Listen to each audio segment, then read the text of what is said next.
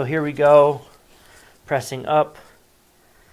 If you wanted to move on to a pigeon stretch or something else at this point in time, if it feels more appropriate to you, I would absolutely recommend you do that. I think that's a great idea. So go ahead and do that for sure. But we'll run through this one more time. This one's going to be non-stop. We're just going to flow from one to the next, going at a minute at a time. So it should take just 5 minutes to do. Okay, pressing up.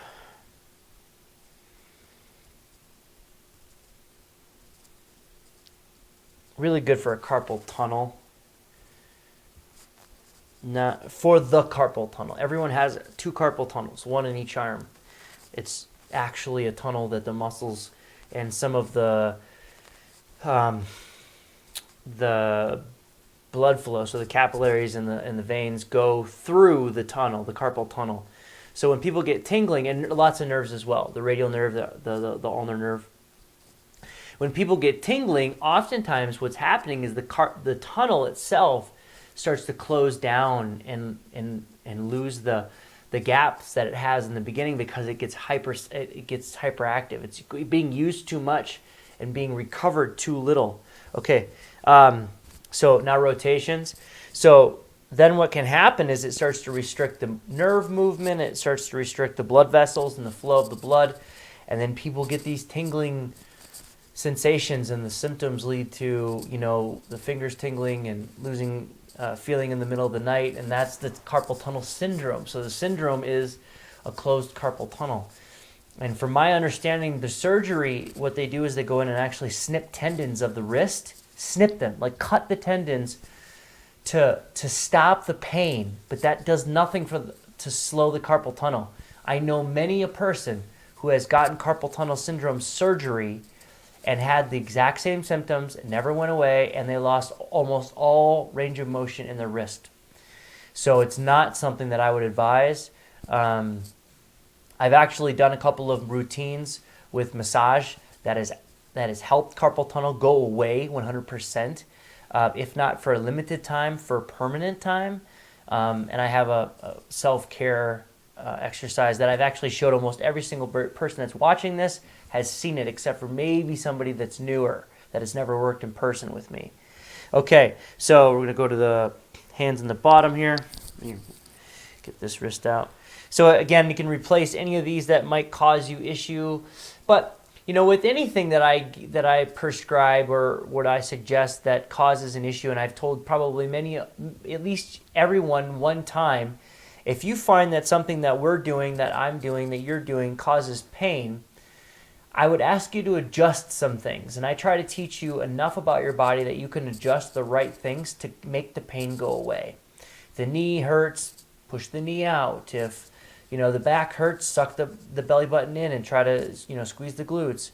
Little things like that. So here's the same thing. If you find that there's pain, well, maybe take some weight off, lean up a little bit and just get the motion going. Just let that tissue open up and move a little bit, because that's going to be a really important thing for it.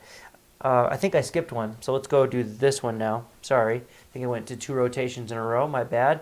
It's okay. Hopefully you were following and not actually doing what we're supposed to do. But if you are, then you can still be doing this. The last one right now.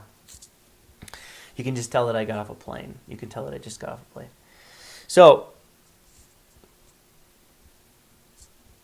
pushing down through the knuckles here like we're punching, but we're not curling the fingers at all to get this articulation of the wrist to come up. So everything's flat, and then I push up to bring everything together. We got 8 inches of snow over the weekend while I was in Miami. So I came back to shoveling in 30-degree weather. It's interesting to see how states that handle the snow all the time handle it much better than states that don't. These guys don't necessarily do much plowing, if any at all. The sun comes out and softens it, and the cars drive through it, and everybody just lives with it. Okay, so last one. I'll go to the side here so you can see it. We're just going to lean out over it and really stretch these tendons out. Now I'm feeling a little bit of tension in my right wrist. It's actually causing me a little bit of discomfort. I would almost say the P word, but I don't want to. And it's right here in the thumb, where I actually fell about 4 years ago or so off my bike, and I caught myself there. And every once in a while, it actually hurts. So it's interesting that it's happening now once I'm stretching it out a little bit. But I'm not going to stop. It's just a little discomfort. I want to see if it goes away. I want to test the theory, see if it gets better or worse, or stays the same. Like, that's an important thing for me to know. I don't like to just give up on it because I feel discomfort. And I feel like that's not... It might actually be the discomfort that's indicating healing. We never know. So you got to kind of give yourself the opportunity to go through that there. All right, we'll do 20 more seconds, and then we are good to go for the wrist, the elbow, and the fingers. Hand.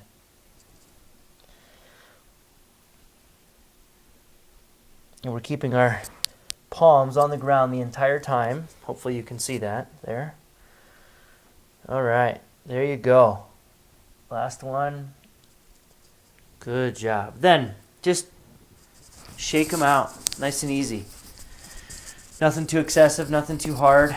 Just shake them out, get the blood flow going, go in all directions. Start with just maybe back and forth, then get the wave going, the painting the fence, and then you're going to want to do circles. So this guy, the guy that was causing me some discomfort, is definitely stiff right now. But we'll see how it goes throughout the day. Maybe it'll feel worse, maybe it'll feel better. I'm going to test it. So wrists both ways, and then we'll do a couple of, without shaking, we'll just do movements up and down. Just to integrate back in some movements and feeling, kind of, let the body flush all the toxins that we got out of the joints doing that, moving everything through, getting blood flow to and from the wrist to the elbow, which is a pretty locked up area for most people. So I appreciate you sitting down and taking this time to do the cool down with me. I appreciate it. I've got some feedback on some things that we're going to do. I've gotten 2 foam rolling videos, or requests. So next week's definitely going to be a foam rolling video, and it may actually be a series of them. I don't know that I can do just one day a foam roll because there's a lot you can do with a foam roller.